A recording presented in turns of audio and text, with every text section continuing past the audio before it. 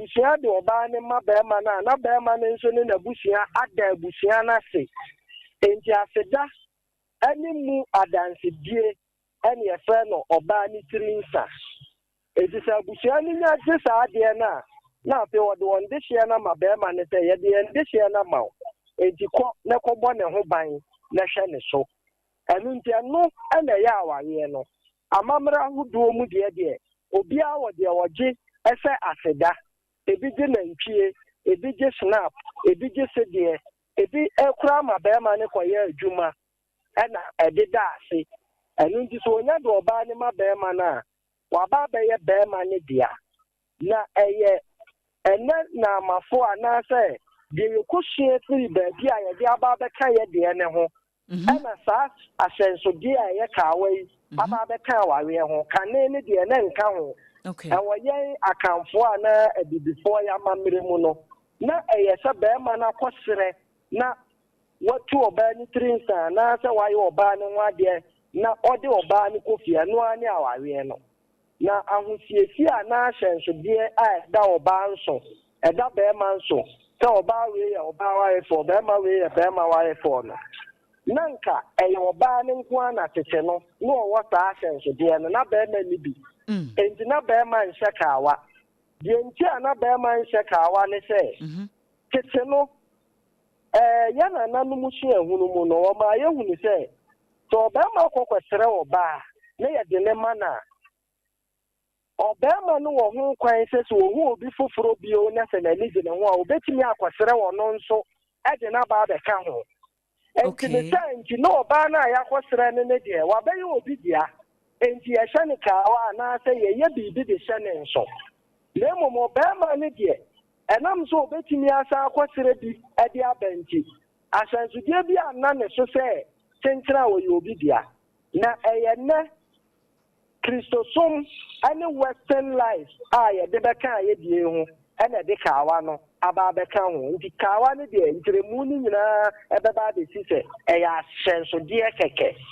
apart from na shenso a e hye obi se we eye waafo we nya waafo eni dwumadie bi adi wa wawe ni mu bio enti counselor yetie wo nkire mu ise emre bi atwam no nanka kawa ne kora de mma ne de hye wo mu na wosi Christosom ene Western culture ena amasesi a emema hye kawa wonyi ni se court nsemsem a eba mu nadie nso ka ho bi because yetie wo nkire mu de na kire se emre bi atwam no traditions ene ye norms ne ye values as Ghana for na say bia people of culture no ema ho kwan se obema no wo ware kora wo ho kwan se obesan ware bia ka oba na wakosere na efre busuafo ho aye ne ho ade na enya sa ye ya mamra ne de sa na ne chinti na na be ma ye nhye ne nso okay ana eba court aware a court won recognize kawa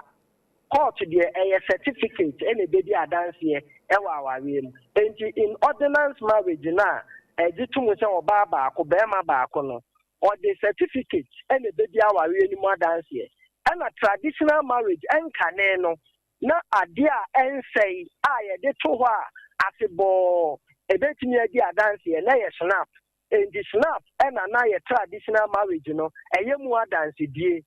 na ene court no nso ama ho kwan se wo ware traditional marriage a eno nso betimi aba court abeje adanse die krata a mode ebe di adanse wo ma ware nim and the traditional marriage nso say which me court akwaje certificate and the kawa de eni hwe ye wo court aware nim okay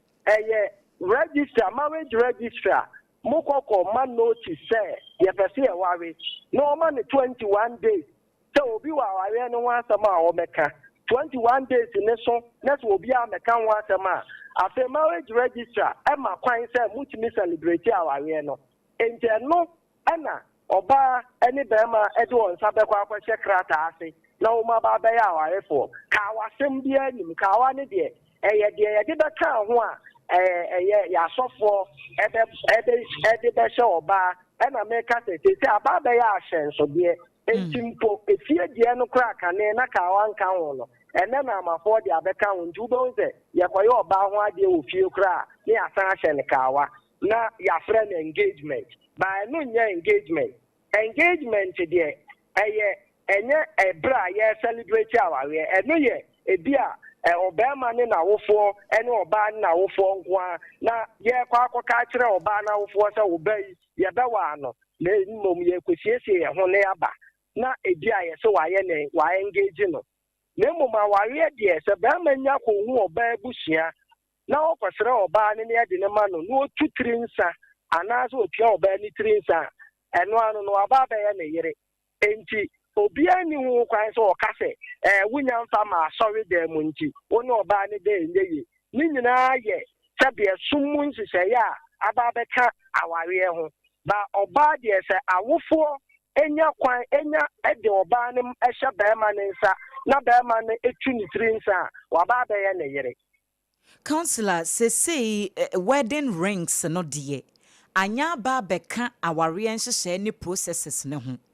ene emfa ho say bia after now be you ka wa to ho say bia echew ana for some reason untimi nhye dey different but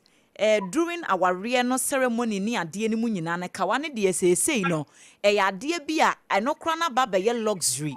obu ho no mo a ka wa opese etim ne nsa no enya asem keto na nipa bi agidi say se ekọ nyame anim ne eboso mpaye egu ho a was sacred role be a place a create love and bonding be a tre unity nin kabomu bi a ema ware no etintim entu obu ho no wogidie krasa ne wedding ring yera na chese bibi boni bi esi anana na kuma kretu bibi wo ho no mo a surround sa enipa bi adwene a wo mo efa wedding rings ne ho ana nini aba medase enipa ya na mo ntuo nyina ye gidie ye de ye rehyem na ye gitumu no eno ene ye adwuma wa ya brabom eji obi kura timi kofa boba na ode boba na ye nyame na osori a ogu nsa wo so otwa aboa moja gu so obom paye wo so enam so ode ne wura hyem nti ubonza boba no etimi ye bibi ema na dwin ye ne se eye boba no na aboa no enti se kawa ne nso enipa mienu ne hye na omu gidie kire se kawa no ema omu do etim kawa no ye bibi wo ma wa we ni ma ayinipa ya gen no ayete se memfa ne se computer dia ube input into your mind no eno ena enti o se as a man thinker se di onifa gen no so you see enti enipa nya di tumu se ade we ye say mame a ube se psychologically enipa na hu ni mu nyina aye ne se sa de ne nti aye adwuma enti even yawe ene ade obi o ha na dwen ma so sa ade a medie ebetimi abọ me yawe ade a mi yeyi ebetimi abọ me yawe adwen ne ma so abọ se bibia nti da but onya na dwen nya ba so se ade we ebetimi afa me yam ubon se na mpa afa ne yam ni nyina ye the mental adwen na gene ma bi atomo nti ne say sa wo dwene positive ade papa beba so ba wo dwene negative ade bone beba so because niema ni nyina wo ya dwen mu ya dwen ne na de niema e ma ye honhom a ti mu ye mu ana ye kra e ti ye mu nti sa warefo no e di wo mu wure hyemu se ka awa ne ye bibi wo ma wa we ni mu dia ebeye na emom se omu enwu ne se ka awa ne ye hwe a se ka awa no etimi ti yen e ma ye kwotesa etimi ti yen e ma ye kwoto foforo etimi obi kura afọ de opie bia na wayi ne kawa ato ho enam sa abaya hyenso de na mepia obi hu za me kawa obi hu za maware nti de abone abani firim na on pese ye be hu so aware no na wayi ne kawa na to ho ankane na kawa ni ho no na ye woni ma ehye awarefo nso enkanka ene eyere no na ema no ona ho siesie ekura da bibia di ewo ho se we di oyewarefo ukoye nia no moslemifo ho a na wo ma ya fi de waware wo kwan a ogu no de wonwa enware ye wo kwan a ogu no etini wo kwan hodo a ye de hye enso se onipa we ye warefo enti kawa ni ba ye no ene no na ba be dominate ayi ya mamre kwan so a ne ye de ehye awarefo nso no efiri wo ena say Obani bema nyina kawa na ba beye ahyensode enti ensori bia enye kawa ntum omuno oware a onhye kawa enti aye niema foforo bi ena da di se we ye warefo enti kawa ne nko ntimi meye ade a ye gyina so se eno na ma ware gyina ana eno na ma odo eso na omo nhye kawa omu do eye fefefe omu tekama na omu ani gene nso enti aware ni ye nipa mienu na eware no so obeka wona adwenya bom ode adwen kro ebe gege won ho atumu se ye pese ye bobra ye pese ye boaboa ye ho na obeti aware botaya ase aware wo se eye se obema enye se obema nko abetena enti wonya ne yonko boafo ne saso boafo na damfo enipa ye social beings into obi ahia obi won nchen enti aware number 1 purpose aye companionship semenya adamfo obi a menini be din komo obi a menini be kasa de me theater a obeso memu aware botaye aye menya mesaso boafo na me ho ekire me ame wo obi a obeboa me enti afe na ye wo na ye mi eni ya hwe ya ka bom ahwe ye ma ye nso ye de ombeba asati so enti saa nieme ya mabubo so miensen ebi ani wa kawa na ye manipa enye kawa na ebe ma wa hwe uma enye kawa na ebe ma mu mienu mate mo ho ase se ye seso boafo enye kawa na ebe ma ma ye namfofo na mawunu mo say you are my friend companionship no enye kawa na ye enti kawa de ya hyenso de keke de wan hye bi etimi wa he ma ni ye fefefe de o hye bi nso etimi wa he ma ni ye fefefe enti nye kawa no e de ya awawe na mo nipa ni mienu a kwa ware no o mu ne maka Yura Chirematen, me a free semenity ye, wedding be a see a macono, mostly ye who say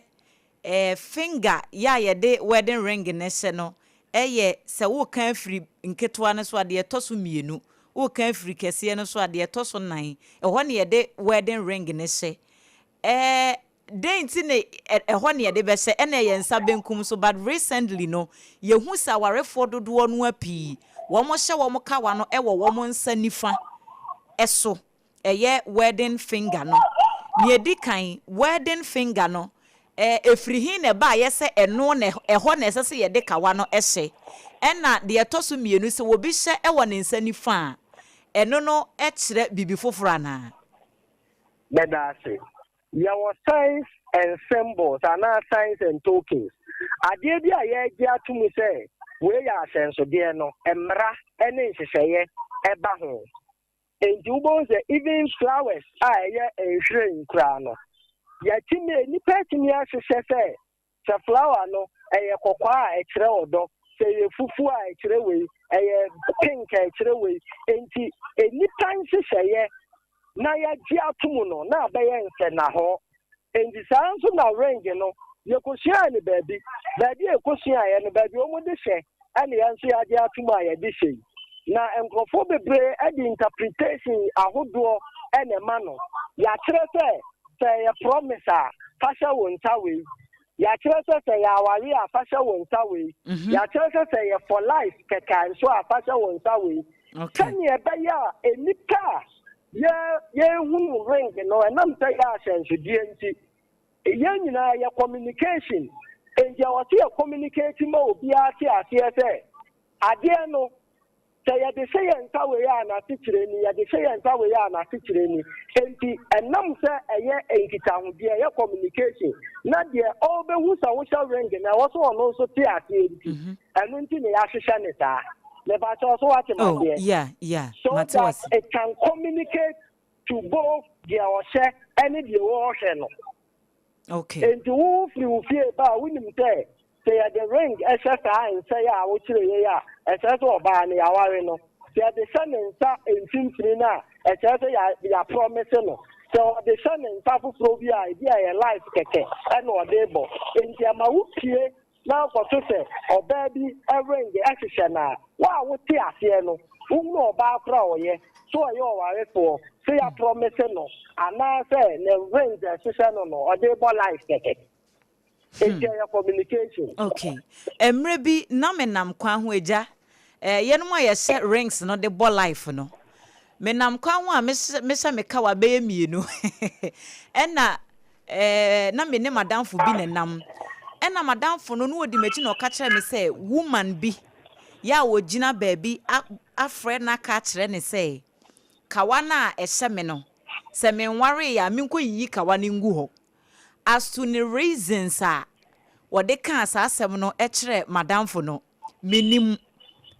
me de manfa anya asem enye se bia de wo kan ye na ebia mentie but people have the belief say won worry ye na wo hyehye kawa ebia wo pe rings wani je rings wo hyehye kawa ne ade a huhum bi kura timi bebo wura wo ma ebia da che kura na ware ho aye den wo ware kura e ba ho asem ne sa beliefs no what bi oni omo ya adwene yo medase on se didie ene ensama nipa edo onwe ahyemu de ye bebre enti we nso eka ho na emom no kura wo mu ne se enam se yaje atumu se oba warefo ehye ne nsa ringa ufiri won saketwa ne so ade etoso mienu no eho ne yede aware ringa se enti sa wo oba na wo sha ringa ne dia for life no sa wo nse sa communication yase na wakofa ring ni bi di ahyehyɛ saa won sana te obema bi hia wa bonti a na dwen be ye ne se oba we di oye warefo dada enti bimpa na na ni je wo ho se nka obeba be sere wa ware so ring na ohu ye no aputu ne off efiri se onim se wo ye warefo aha enu nti ne ye hye aba be ye ade a be ka ye ho na communicate to people nti ya ka sure say ring no man fan she baby aware for de ehye se won ware ya because obi adwen be ye ne se wa ware ebi nso ananka wakwa akohia usiuta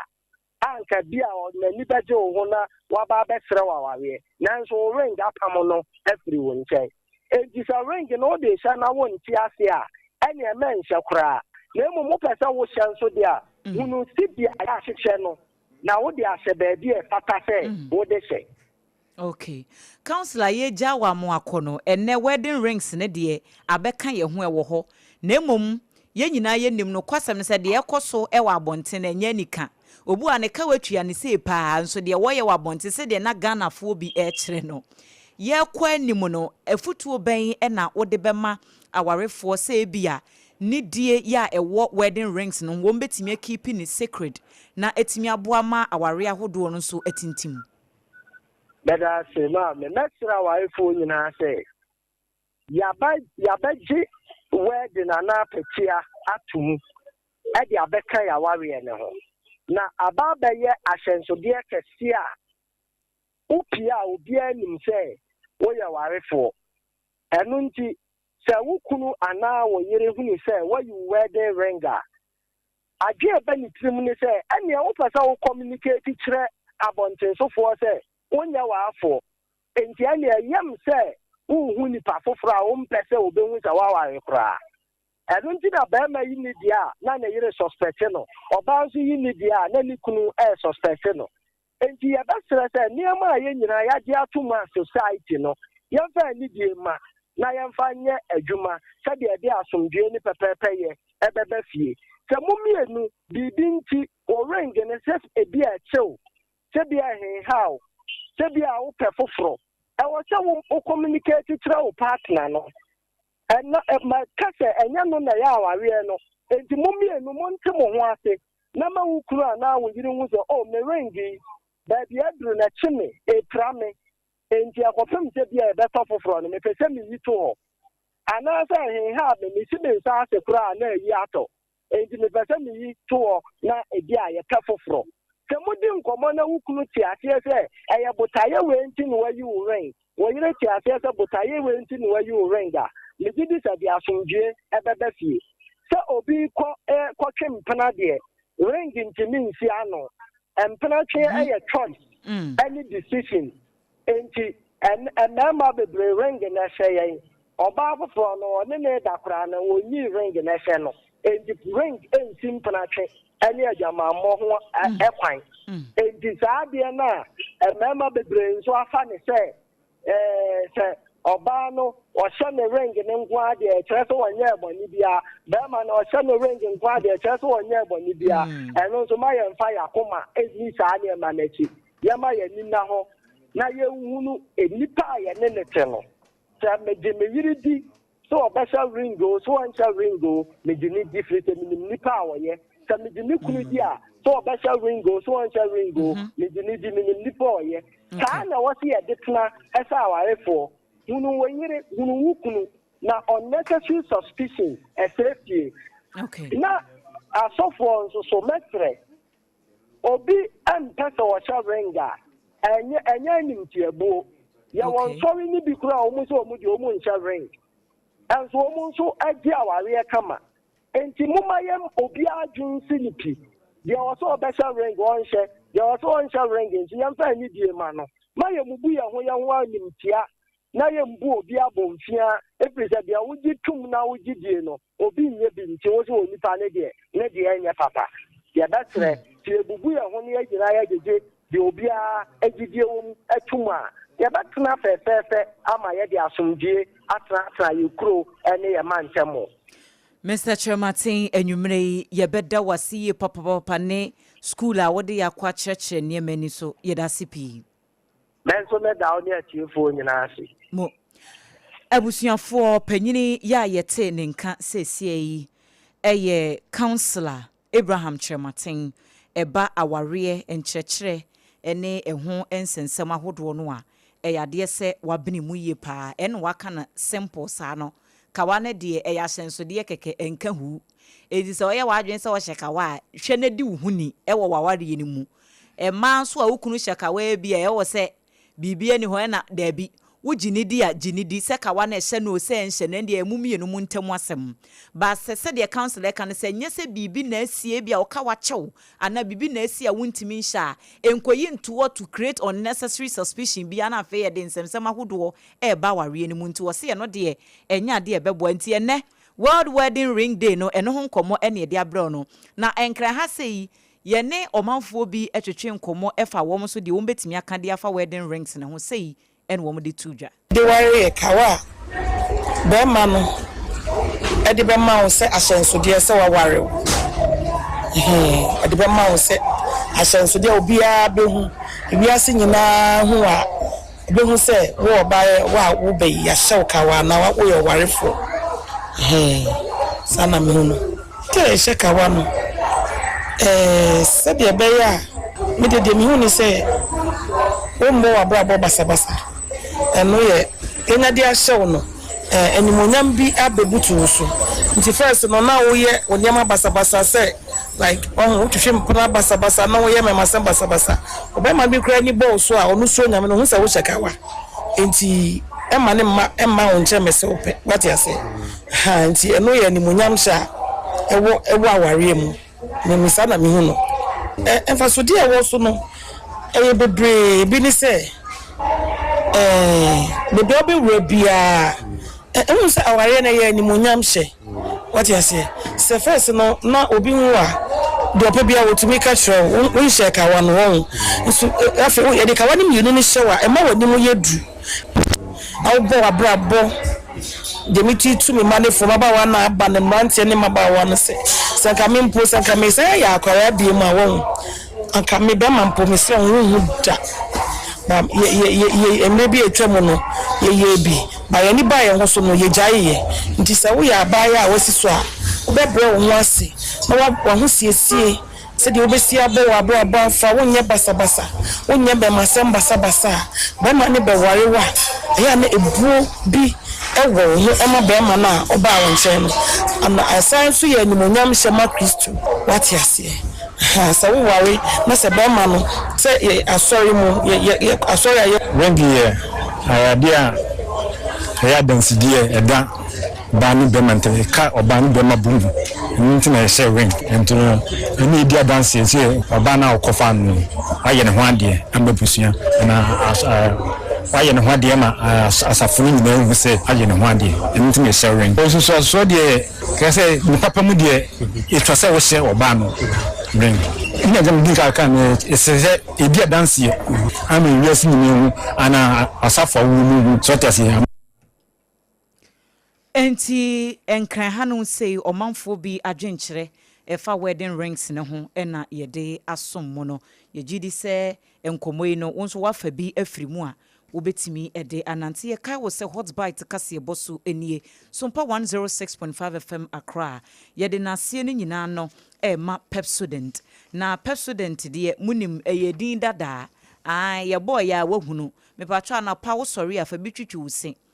the whole day wanimu bete wanum bete kama wo kasa full confidence enya fe na sere kakra na chesa wo mpesa wo be fe wo sekura because apro enye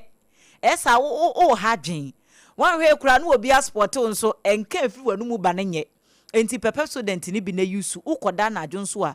wadidi the whole day sugar ne ne keka ho no fa bi twitwi ansa na wakoda bo wo se ne ho ban bo wanum ban ma moa bacteria ne ne bi etete sa no eyi wo mu nyina fi oba bi etonton niema huduo nyina se provisions ne sa no man malls ahuduo mu supermarket ne pharmacies baby a ye ton Pepsodent ubetimi akọ na wakopa bi ato time herbal mixture 3D adura ano odin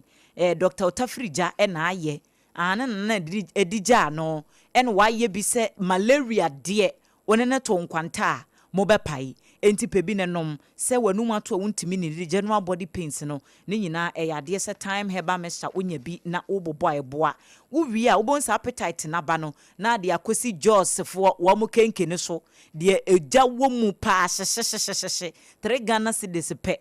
wo mo tonte se wo mo tonton dokono wo kwan ne hu nyina no jaws fo dokono a kope bi neto ne mwa se wo ye program na wo pe bi atu e dia serve wa hoho ayie parties bibia 3 Ghana cedis pe na ye dia ma wholesale price wo mo odome commercial bank no echi ho no mo a 0256068832 0256068832 na wo sene wo manda wo ma ebre sem no nyumakuo enkaya aka no ye de wo mo ho adansedie ebebro na sabre de ye toa no nsia bremu kase bono eso na yemfiri nkawa no so na yankọ kwayenum na kwayenum no niema bi sisi wom sesi ya me no kase ukopie mu ewo awutu kwame wayete forest no mu a ane ye epokase no a nananom di gya yan se gya wo mo ye ho ban kakra no abrantie bi a ye frɛ no Gonsu Yusuf wanya mfinshi aduonunum 25 akwada kete waya excavator operator nipa bia bonituo me ne okasai wato ya anom wanse do ne yonko baako ya wone no kɔ na kra na ya wone ni nyina na ebo adwuma ke beka se ja operator na danfo ya friend se Charles Suma wono so ba bia woda sese no wogina me na bafo achi se ya mompa ye pa mfa ma no a esuma beto ya anom wanse do na ne se na wono mo track excavator bi di akọ saa epokase ya ka ho asem na no mpo no a wo mo ede asi wa man se ja nka emo ye ho ban kakra no wo mo te ya ne se etuo bi adi dima peten na mpa ebo dima no na dima Gonsu Yusuf ewie na peten ya na ko Charles Suma ho eno no de ende ba bia oda no emu ayede ne pa na eba na saa no ya mane boni kwaku adama wo bomode a ani prosifo ya ewo awutu senya mfinfini ho no wo mo ekodi enkomo titrupa na awutu breku police command no na pani a oda ho no no eye superintendent Edmond Nyameche wono na wone no ekobo nkomo no no so kire se no kure asam no wone ate na wane ye hwehwemu bo no twi ehoko no na yenya ntie se omabo bituo kura bi ase a efre o kwame wote a eben awutubreku ti ye mene me crime officer ekoho ekohwe se ampa na se bibisa siana nti yekoye no na ampa na umato abranti bia but yefre no Yusuf Gausu a ono na ekura excavator shena so di twa kwan wo nwura no mu ti ono de owuye na ba ko no so ka ono so etu kan no but wan nti ono mi kasa yidina ko Winiba yidina ko Sweden hospital hwe no nti mi we aye superintendent Edmond Nyameche wo wie ya no kwaku de mama na nso hwa wane wahen poporo ya wo awutu abafo nai kojonam kwe ya wono ewo mfimfini ho no ya yesi wono kurampo na wode sa botanka se no a ewo pokase num no wode ma China fo ya ja wono mo ya adwuma kakra wode asem sei efa so mbaka se so to IGP anim Someone say omo koyi kwan a ometumi akotop omo say omo koyi abo ne bi akọ lab nti omo be yi kwan a ometumi afaso akọ saa abo top nti kwan na omo yi na saa accident ya besim ewo wutu kwa mete ye osimpo pani na ehye banre nti ye banre no so an saa case ni si ye kwan no wo hwe machine odi ye adwuma no a abo ne gugu obeka bullet ne ya ba kon the way ade no asfede gu machine no say enye abuba bako enye tuo bako omoto ye nti me madwem no the way ade na ye no me fa no say bia omoto be tu na 3 times cause nipa no so kaniti on ba no ma someone say omo koyi kwan a ometumi akotop omo say omo koyi abo ne bi anka womu koyi abo ne bi botan no enu bi na no woni kwa koyi nanso sabe mpreduasa wontimi ninam na wunyaja enu nti be fa pokasie num na wo so am trake no mhwe ba bi om de excavator na om de kwa koyi buo no e de be fa ana afofia ntota no agade ho abamu na asemi suntun yenkwa homa no so na ene yama ne boni kwakwa dema ye ne no enkobo enkomo kwakwa ba homa no so kwakwa ma adwo eni amejozo na minimsa wo apom ye nanso awutubreku nya bokọ saa asemu yi sane ya wotoma na ye no manfo bebre ebusa sa na emfifiri hono apokase no ene wona ekọ ana om de excavator na ekọ wai bepo ana no mo ntimi mfa wo nsa enno na afi wo mfa dynamite nkọ blast bepo no mo nyi botan ne mfa nkọ labo ana utietie mu no bonata fa mayen yo many amana was na sina ubusa no standard na che asen we die etweke enipa bebrebe aso esane se ebana sanka ye kwan a ye de eye piloda empo enanke ejiri kwan so na de ntina bi a bana se ye ko insurance excavator ni nyina na se de bia sa ebo no ewo no ebo no ewo be ponso pa enti eye ahemfo na wo me de ebo no ema China for no mo ba de ye hu adwuma no one more by fast sample next one more they are called lab. Aqua say a boy a correct one did the China Nina and car say woman use excavator. Nothing one more fine now and no would be him at a so above I am going to say man should be a misto. The sound went to know why and a bit near Batas are selling an Indian here or what promo now a chance of waiting on Bonita Makumakuchi. Na ekese ba ko ahwede ne nkwa ya na we na msoma police for no edu ho no wo mu kire mu se etuo na eto ye no na enye etuo ba ko na eto ye esanse na ebo ne edos ye papa na me fo mienu bia na wo mu efuo mu ho no wo mu kire mu se anapa tututu no na nkofo bi enipa mienu eti moto bi so ebe se ko ye nti wo mu se sankofo na nti police for na ya rehye mu se na etie bia no one by Safono, nothing, woman, one abba, nobody so many in here, woman could be a more than this about every American said, yeah, yes, police for 18 actually would be our assembly. Mo akwapa no kwafo se wadi kakra ho no kure kwotna o jansane fa so no kurem na ho akatu apa no eda na ho fa bo kon ho wate we eye kwakwa dema wono to yankra ade free emfimfim mantam mu ewutu ani breku mfimfini ho no an ene ogina wode ama ne boyi asom yen eno eye emfimfini mantam mu ene na afa befa kasoa na we de emde okwapo mantam mu SOMPA 106.5 FM Accra eno ye Facebook na ene mu ngoma abusu abraso behwe de ekoso no bi na wacha ma anu anso anya bi na poemantam mu amedura no kwabranya akon na dama na nsemi yensa eboso we de tinko checkpoint hwa de ewo kofodu afa ho no manfe kofodu manfe highway no so eho na police adom ewo ho wo manya ababa wo bi pechi aso empani se anka oba de wotontrowa wonto atuduro nanso wono de wo munya ne pechi so ye no eye sade obrempong beka no Jamaica nkontomire no eno ho abia bonsantrotro no ne diko no eno ho na wo mo so ne pechi na sade asam ne te no kwabena nyako ne betimi abom esanse wono enenani sem we American Toyota Vox ibio commercial ka na wafo se frikofodia wo bankran se business kwabena madwe amedesmini abema ye na wo babasia wo twantuma si ne koko no one de wo se nubone hu dwan wo bedie eba ne se na aposifo a wo mo saa tenkwan checkpoint ho wokofodu amanfe kwa no tunya ne pɛchi soe ni mama tefo na adwudi wa mo nyina akwa ba do ma ba epoye mantemo na asemo esi ya wotin on checkpoint ho no mo kene wodi kan aka na sa pepe wodi sikofodia aya betemu e o manfe dia to aso de betemu on kan no checkpoint ho pan so bia wa fa so bia ebehu na mo sa temu esi na esen anna ma me no atimu no na alodo e de sikofodia e de ko enkran aha ncheda mu edu ho no se de da ne da okodu aya checkpoint na se barrier a police for hwe cars no efe tempo obi kita ade boni bi ni sapepe na ekoso ene dey awie e wo tukon barrier hodo na ebra a police for hwe kede no mo ko hu se ekolak bi e hwe car no eboot ene se mo bie mu ye so mo hwehwe mu a mo se bibi ehye eniam a ewo bag no no bibi hye niam no afe ene so mo nya botre ehwe no le go no mo ene mo ko hu a bibi a omo susu ye obonsam ta ye wi bia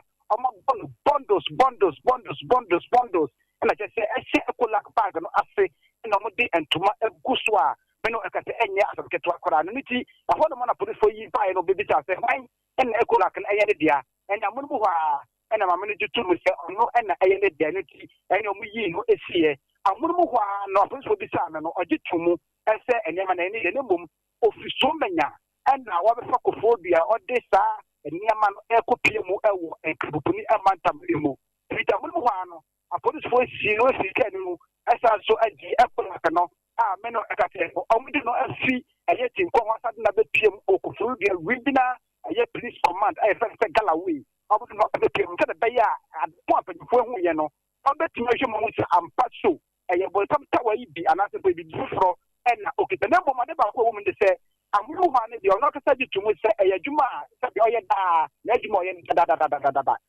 eduti no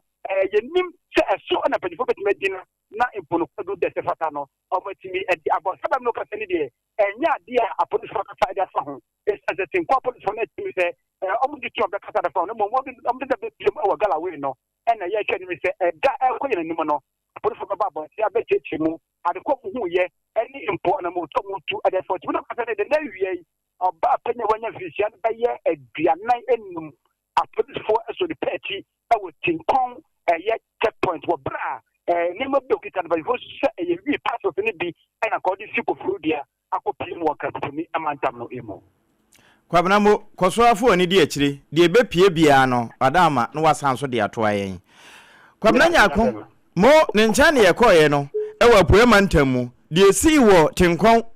kofodu amanfe afa ho no eno na ode ho amane aboyen yetoa ensem no so ewo amane fufromo kokokuafo ye wo asantemantemu miame yahodo bi no wo mo ebo kokose said ye nyomesi fe kɔ ne ye ka ban de wo mo a wo mpese wo betua ne de wan hwe akoko trees ne ye betwa ne nyina agu ene galamse bi no wo mbepede ya no wo de aye se fufufuro so no wo de be ya no wo ma ye sanse koko na esi ho na adwuma na wo mo ye ne mfaso bi ani so enti akuafo e wo offense na mon wenchi efija kwabre north mensi ne mo ne mpotama hodo bi de wo mo kyerem sa setena ne mu akwakwa ye den de amom mo sanse sika ne nyina ban beto koko no a na akasa ye bedane akire ede ama wo nti wo mo nam sa kwan so ene yama ne boni ba wa beidu atwetwe enkomo ede adesrede ato aban animu se wo mo nhwe na eka no wo mu ntua sɛ de be ya wo mu ne wo mabusuafo nso wo mbetimi abɔ bra no obi a me walefo bitankola ni o mu nyina ka me ho wa ha na me sika se mu kra ntine isi o ma anko school no ma anko no so na o ameto mu wa ha no o ko ma me ho so ni hwe baja o papa no ma me wa ha o so o ko no amu akɔ so mbi nya kokko bi a eje o kunu no so me kunu ntifie no so apeka kra de abelem tie hawa ye na mu kase ba akɔ so so ma kwaje asase foforo isi ya no makoka ho ase but na me sase mu ya so ntime ma ka che hwe wa se sika be bi me ba baje ni nya adwuma ni bi nti hawo le bi no ene ya yekotie sesie eye kokko akuafo bi e wasantemantem wo ne yama ne boni ba wa beidu e na edi sankomo yi afi yemfra santemantem mu na yemfa ye ne nkyire mu e wo enkran pomponi mantam mu na ana awia yukura wote ye e wo dumienu kase no so se mrahye badwafo no wo mkɔ akwama no ena no wone baaye won baaye no na e waso mo hyada e France ntwerafo bra na na opɔncheku wono ye honorable MP for SOMPA na wogina mu den national international reporter na mo ehwese ne wafie we no niam a won ba ba ya niam won betoto ni nyina na ba ko a ebedo adwa kase pa no say yes sa Kotoka International Airport din na se de beto Kwame Nkrumah Airport se de beto ye hwan se ni APAM Airport kra na nke de amano na nke ya kama pa na no na Boko Central Mrasibe Dwani ya ono kro ye wono na eba no dom kase no Mrasibe Dwam no a wada o ma no wori menyamfo Mahama Yarega wogina asimpie ni apaso ene wo kasa no wachese no kre o ka Kotoka International Airport no se ebe sesa anaye nsesa no a abayi wakale siesie ni mpa se ye nuanom ne nananom e won kran no Accra International Airport, I'm told. And that was the name. That was the name before people who changed it went and changed it. And it is not fair to the people of Accra that, an airport, they've given you land to build an airport, and the airport is named after them, and then you are going to change it and put your name. Well, you didn't give the land for the construction of the airport. So, to honor the people of Accra, who gave the land, and going back to using Accra as the name of the airport. So that's all that it is about. That's all that it is about. So that's really what it is. The thing was called Accra International Airport. I think that was the name. Those of you who are older than me in this room, that was the name. Yeah, so why was it changed? We Oremenyanfo Mahama Ayarega na we ya pe ena dom kuma no wa mo na no ni efutu mi da se bedwani ya wonu kro ya ni din ade osahene Alexander Kwame na afanyoma ken wogina simpie ni apa no so obie nu aka se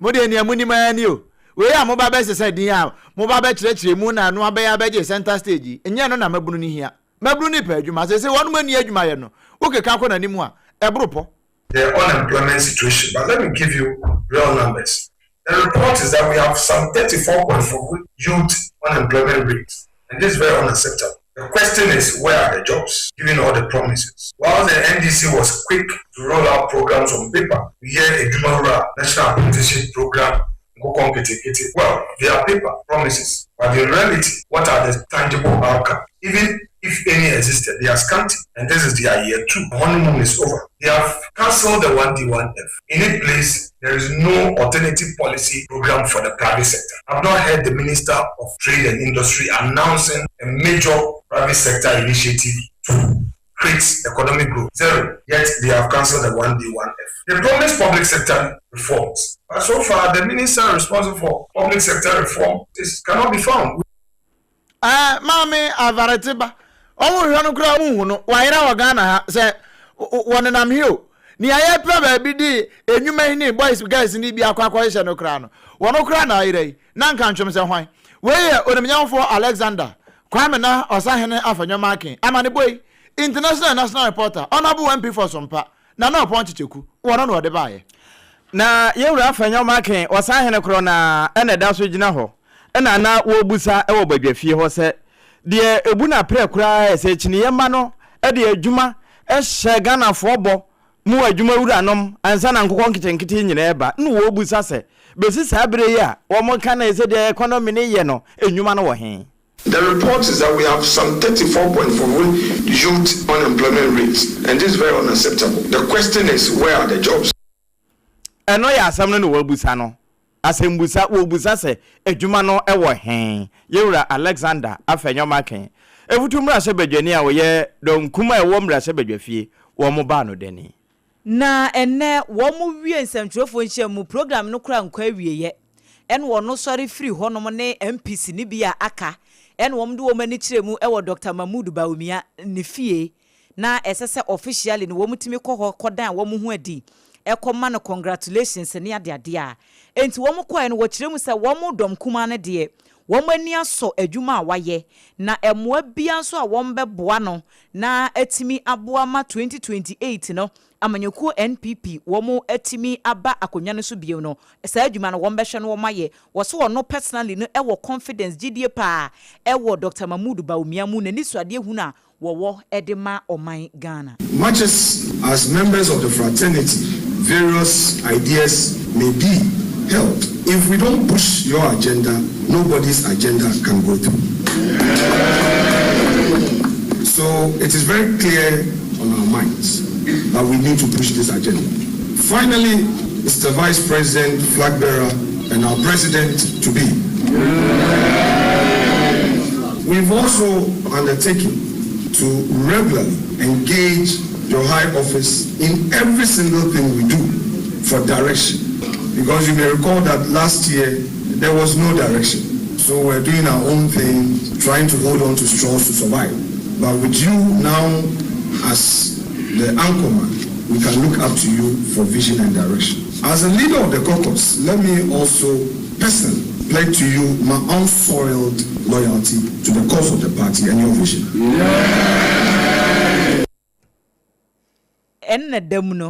Enti Alexander Afenyomakin, minority leader, wabra omukopie mu ewo Dr. Mahmoud Bawumia ne fie se womo officially womo ekoma no tirinkwa ewo nkunimdi a wodi ye no nsam a epie free enhyiamu nase ena yabobi so amoate no. Yenyina mpipi hwa na eho aboboba.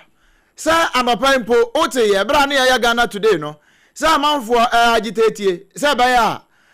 Sa na na no nkrofo bi do am advert ba drop that yam no. One is where drop that vice, where drop that running mate. Now, sa running mate, no, aye, Dr. Matthew Poku Prempe. One Dr. Mahmoud Bawumia, one April 2024 about one. No, one more say, Faka, ya Ghana for you, one dance, yes, Sampa. Ya carry a pa, one yari. Now, I know, Anna Dr. Ata Kennedy. Or a medical doctor pa, or Basu Mubu Nipa, now one Sashi Nipa Koratia, or Yana Kama. What na no to us even watch no kre send you no ka say one mon drop that yam no one mon drop Dr. na pokra say about to poku plan de wo 2024 modern ba wo body boa Mahmoud Bawumia no a one okra ka ho bi na MPP for we no. I don't think, and I like Napo, he's a very interesting person. I don't think he was a good running mate. Of course, you can always say maybe this time around he will be better, but the last time his Mokwam and Kromano and all those kind of things just were alienating. So if I were Dr. Bawumia, I would seriously consider whether other people would help me better. Dr. Ata Kwabena Kennedy, and a Kasai, now one financial now so wo wie no an wo ka de a kire Mahmoud Bawumia Alaji Adamfo no an wo ka kire ne se wo probi di na di na chi wodi ka ka se na po wo mo number won ko pe new face nyesa stand na no wo mo we fa kan no we kura de e ba ya wo mo nyo. Actually, I think the so-called tradition of going back again and again, I think the times may have passed us by. There used to be loyalty to parties. People will go and vote for these days, they showed us in 2024 that they are willing to vote for the candidate of the other party. In 1996, no true blue MPP person will ever have thought of voting for Rawlings. But now, the younger people are more open-minded. They will do that. So I'm just saying that transferring that same tradition it's not necessarily a good idea. Not only that, sometimes we make a hash of things that ought to be very simple. There are people you can look at whose temperament and knowledge and others is low risk. You know, they will be good running mates or presidential candidates. So I think that if I were him, I would at least reflect on whether doing the same thing will give me a different result. Dr. Ata Kennedy no. And a man for class so no so your doctor. Now no nearby a doctor. Also one yet. And on the audio animals so your doctor. And in common from Dr. Ata Kennedy na and we are some bisa. Never one of the other can say. One more here new face. No they bet me about on your coon. Na sa new face yi hono. Na Dr. Bernard Tutubuahin. Wono we lecturer. Eba political marketing na chese amanyosem ene ehu dwadi mu no wabin mu pa. University of Education Uniba eho no wodi ne dwuma. No ono nso bra sono mba kokoto abayi Franka Kurafo a Adaji Mahmoud Bawumia na wo mu yi no wie no ono nso kasa ne wo chese no kwasem ni se woti Adaji anu mu nsam a wo kan yenkanka ewo enkabo mu no ho a wo pasomdwe wo penkabo mu enti de aka ne se wo no maka nyina nso ebetie na num asem no na wo mbeye ne se de waka no e de aboa ne wo bia nsore ntia no eba ne sa de wo mayi no ebeye mfaso de bi e de amaso no. Actually, I think the so-called tradition of going back again and again. Actually, I think the so-called tradition. I feel that it is very good for the party to get somebody who can actually bring people together. I wasn't surprised Dr. Bawumia won because I have done series of things and I have known as at April 2025 that he will still win the MPP race. But my concern was what people were raising as to whether he can unite the party. Listening to him on Saturday in the evening in his own party house, talking to his team, the words that he used, the words that he emphasized on unity, and the fact that his own people shouldn't take revenge against anyone. I said, okay, that's good. He got to the floor, and again, he emphasized that and went beyond that by saying that he is going to start a process that he is going to visit and talk to members of the party who are disenchanted, who are not happy, who have various concerns, and then see the best way possible to bring them back. So it is about putting a message together to convince.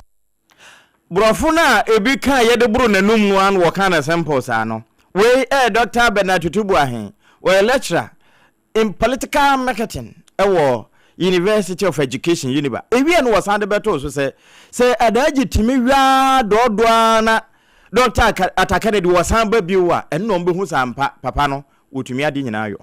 Now, you know the nature of Atta Kennedy. You know his beliefs, the complications and all that. If Dr. Bawumia can bring him back, then you know the caliber of person Dr. Bawumia is. So for me, I believe in what he has said. My problem will be the people behind him as to whether they agree with his vision. They understand his vision for unity. They understand his vision to stabilize the front of MPP and to forge forward.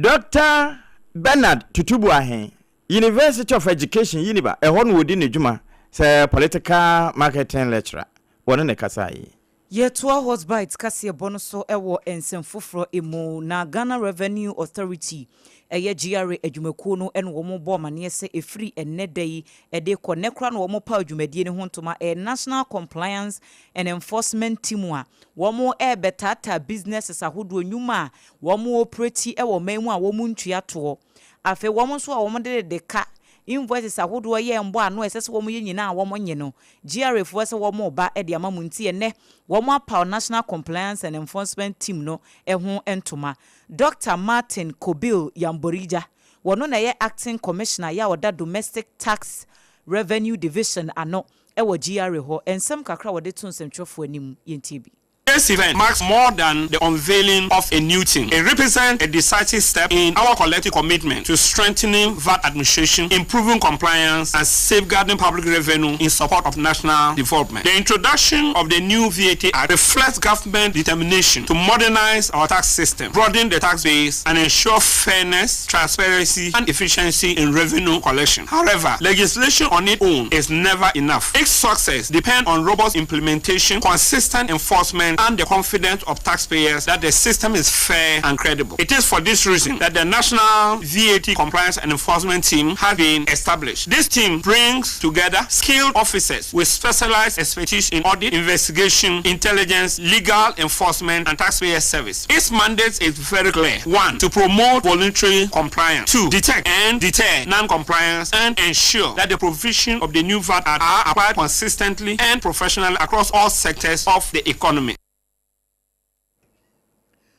Ene ya yekoti esesie yi eye Dr. Martin Kobil Yamborija wono ene ye acting commissioner domestic tax revenue division ewo GRA adwumakuo ni mu ena wakyerensemu ye free GRA ni nyina ye initials yanko EPA no so ye initials ni bia environmental protection agency one open the control for that man no titiri pa no wo Waterma region no Samuel Oten one no yakase wo say nanu ohwana wati se sukufu mpanimfo bi ni adwumayefo bi ni afoforo bi kansa EPA fo to omniamam wo mu sukus and afa mu businesses mu e Waterma region infinfini ho no se adan a wo mo se EPA fo na se we agency enforcement action ya wono mo e baba ya ne ho no mo and o se enya no kro wo se ye ntwato so asa Ghana fo bi no mu ho san finfini ho no won bezo mu twa ensam edigu won so wo kire se sa enieme ya wo mu ye nyina na eye ne eboa amu o man Ghana mu si e baboa pa ma ya mpatam watimi adi ni enieme nyina timi akonkan na ahunu de ensam so betimi kura koyie di amaye no eno no wo ye na emom se wo mu ko ba bi no makototo nkrofo su kusum anase bia businesses ni owners ahodo no wo mu ko akototo ni nyina mu no nyada kra nempo so won be ya sampo no a wo mu di kan ma notice akwa anim ho si ye baba ho a be di ka kire say ye ma abosome mienu fire we anya sa ye ba beto so to anase osuku no a wo mu no se be ya wo betimi ya boabo ho ye ntia na emom nyeso mfiri prakope no a na wo mutu na monsa anu nti wo ka we e de atoso a chese no kure wo mu a enkenkan ni ye enhunu na ma na koba sa na emom ade bia ne na mom bia wo betu no ya no omgire ho mienu na from kanso abokoko ansana wo ne to na mom bia ya na etesa Samuel Oten ne nkoma wo ne sompa kase e boye no ene ba bedu nso ene broni wawufo edi nkomo wa santemamu na wo mo de a ho kan se efiri se kejetia Central Market na wo mo ya ma ono phase 2 no e kan sinsemu besi sabre e ka ho bi pa na wo mo ade ton atrape na wono mo hu se sompa no nso de aso wo ye problem solver enti wo de wo help bia e fa sompa so a eni gina na anomu ayaba enti wo mo de fa sompa se 106.5 no na affiliate e ko ba bia ya damfo pa radio France Abrochimamu Paris e ka ho no ye nya boso ha se tie bia ban kura anti a emo afiri ba bi etumi ba enti keyetia wo mo edwa na wo mo ye phase 2 no wo mo nya ne ntemfa ma won na wone ba abedu edi nkomo no wo chese wo mo no sabio wo mo ekọ school yi wo mo ana ehwe won afe wo mo kunu no nso dodo na akọ ekọ akuafo wo mo kokọ nso na wo mo kọ kari yes ka ma ye enti se de akwa se de sabi wo free frampai mu no wasanso atogem enti wo de wo mbesrada empenimfo enom wo mo na no kwasem say antinyo mas yes you buli wo woni de especially a child like to say no and I'm saying kwano man ne buo ni nti bia ne buo koso we no na me try and no man na me tono 58 and no me koto 60 million I say yeah two no man na so ne yes atete ne maso esu janu ko yikura me dofo na important so kan man ba omo to ne ma omo tu omo to so na ye se be adora ni ko duri ya se be adora na ko and so ma tete so ku se and te mo to omo to so ya omo tu shimba wa man nyanti ana ka ma se en to fi mo de pa o ya ken ma ya so te mo an o ko te ka en to o ton ha en to se ye eno ye broni wa wufu a wono mo kumase keyetia na wo mo e kasai yense ntwene ba abedu ene nam ne nsa so ansemi eduru ya bobo ano Shanonso ema yese medimafo heba center eye Dr. Time da so wono so ekura yemu enenwumre ne de kase bono eba usisi ene ye wo ya wa complain nruben na wonomoye waye bibia bi ensusisi eno de bia wo problem wo ho emubua yade stroke bi na aka egu ha mo aye mobo eye sichire yade prostate ho hawo hypertension ni kidney ho asam de eye medimafo heba center womo wo enkran poku asemayira wode wudru poku ase station ho ababia taxi drivers no womo ye adwuma no de kase wo Dr. Time da so ho wombekwa kosiu ewa ya sabia na no pe kumasefo nso ebekọ abuakwa agogo womo ne aban school no na edin hwe ni mu number obefre doctor ewo so eye 0244774282 0244774282 ana 0500727215 onga eye mama nsano boafo ene aduane noa aye simple aduane noa aye very easy enam onga nti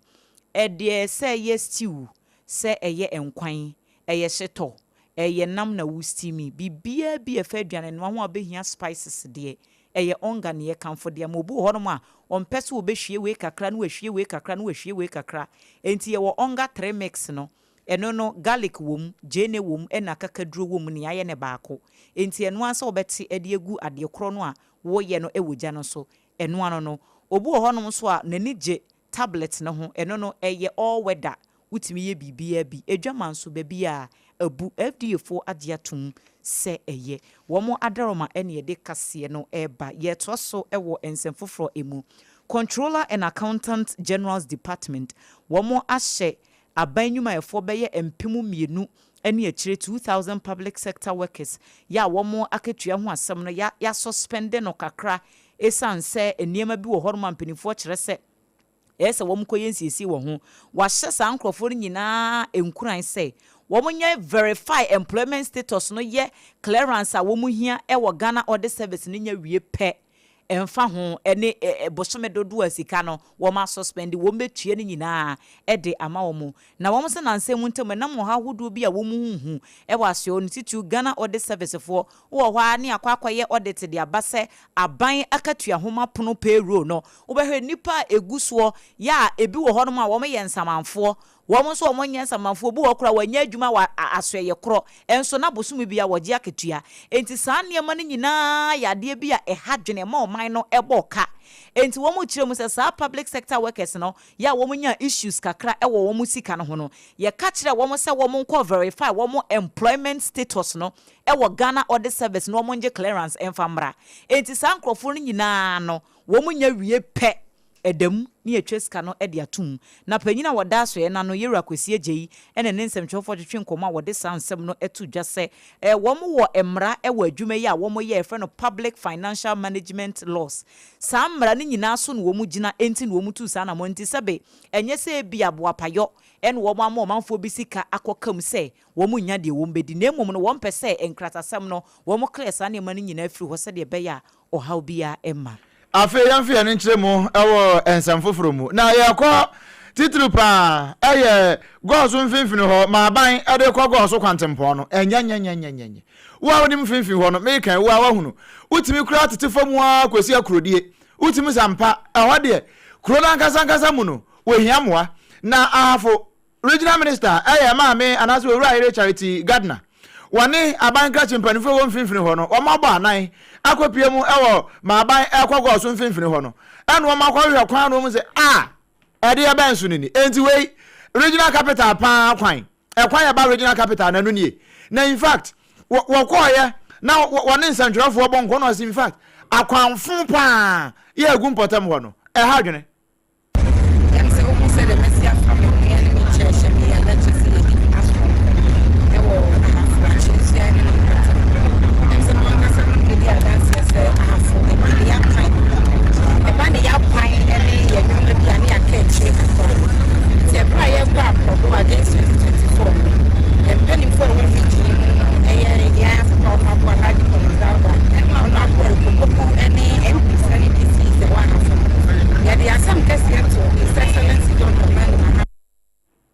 we aya maame Charity Gardner ya wono aya ahafo mantam no so afo na mrase bedwane ya wo mfimfini ho no yelo Collins Dauda wono so ya se nokura pa se ne mampani ba ye wo bo mfimfini ho afo no ekoye pa asutifin south mrase bedwane asem ni no wade kakra to dwa kasem a konso akwan obeye wasaye efiri kasem ekompe nege se takwan a haye ewo ha ni nyina o mabendon da man ma enye ni kana mai yeni asem bi asida efiri na meso ene de man ene ye na na mo a etimkunya so ewo ha o ma bosun so mutu ko ba bia na abosun beze mama dawro ma obesa ba abosun bia ho nam se MPP penso anem futu kuya ye na na no ma eti se mfutu na ma abosun nyina tuafiri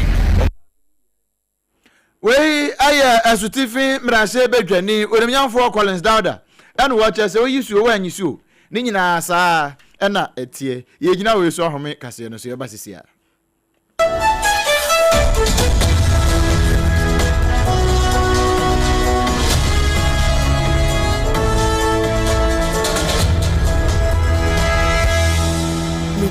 Midimafo pokwase Maira Accra Midimafo pokwase Maira Accra Midimafo heba clinic aba Accra ani wonti ye passengers egumi kai mu yi ehwa na dodo na ekro eni sa Accra ne potem yedemu ani yedemu ampa de se de edutwam Atlantic International University America memu abo Dr. Edujamfi babaso honorary degree as a professor in biology in herbal medicine it is said here ayaresano aye more me se minim wife ye kopa wo wanye ye 1 cedi nyinse ne betom ansa ne yetues ka no me connection na ensheda nkoye na esakakra se wa page mu ama hodiam bam connection ne mu de wai obo wudi ba de kro badu kra ya ka stroke nso de wo fa no small chese agidi wa wu ani de asie no yare bia etatia e wo Dr. Tamda so endi so diabetes, hepatitis B, prostate, hypertension, malaria yare bia kumasi say owo agogo opposite government school no ena nkra hanso obepiem e wo pokuase mayira kwan no so free doctor 0244774282 and 0500727215 Midimba for Herbal Clinic Wudima for ne hwa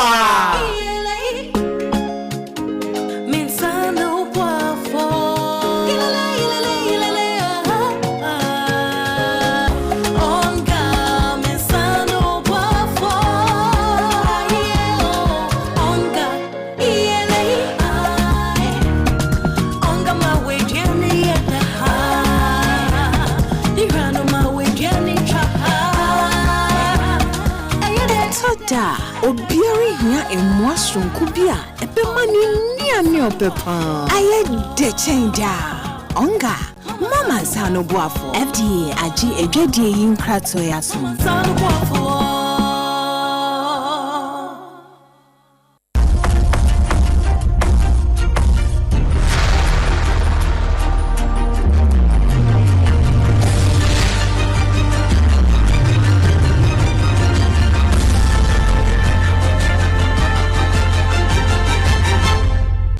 TV Emma Aketiapa. Nokre Aketiapa no oya de ne a edebema ho. Na ye kwa ama no ne. Enano na me wafa Donald Trump. Waya se Iran fo wo mo ne ma wo no mo ye ne mfimfini ho no. Ne bunyo so kra no nti wasoma USS Abraham Lincoln. Se wonko na wonko di dwuma kase bi ma no. Ama no kra ho ye se Iran fo no wono mo ba negotiation na no kra mpo so supreme leader ba be ka se onya de kra omo no me wafa nko negotiation bia. Ama na anu krampo wo mo akeka ho nsem ama eye kura wiepo sabre ya me ne wo ka say USS Abraham Lincoln wanenam Arabian Sea ne so no emperifo che se wo mo di drone ba ko US military shoot down when Iranian drone yanka elko USS Abraham Lincoln ne so no e wo po ne so ya wo munya kura mfa nwura Iran fo wo no mo mfimfini ho no wo mo wo Red Sea ne so ho no ano wom ko mu duo ni bi so wom ko atake wom so wom ko ye den yo wom hu ya no sa dima tete wan ya tete Iran fo no wom duo no wom de ba no wom yi ni nyina de agupo no mu a enya asem kuma sabre ya ye ka say US Central Command spokesperson ana wone so mpaka se e bon komo ya wa cheche mu kama na asemi meni wo ka say ya Iran fo no wom ye din sanse wom ho aka wom so wom nkasa wom nye dede nanso ye kwako no eda won na ho pe wonya gi ku hu ye betama brew abusua eno so ena yegina ensama hodo anwumre yi ye boaboa no ede besommo se hot bite kase bo e wo SOMPA 106.5 FM Accra na afi ya affiliate ahodo ya ewo omen afana baabia Kumase Sunyai Techima na Nkranza Doma takurade ni nyina wo mo fa bi no ye de esi ama mo Facebook mo amo joining ye SOMPA 106.5 FM Accra no ye da mo asipi se enwumre nso mo beka ye ho Pepsodent Adaworoma Onga Mama Nsano Boafo Midimafo Herbal Center Jaws Hot Kinky ena fe Time Herbal Mesha wo mo enso ebaabi ena enwumre ye de kase bono ebremu akenkanfo a mote ye nka ADWOA ASARE enemidin mene Odoman kuma chiame obrempong na kwaku ampoma ena fe triple A mine ejapia APAM DADAA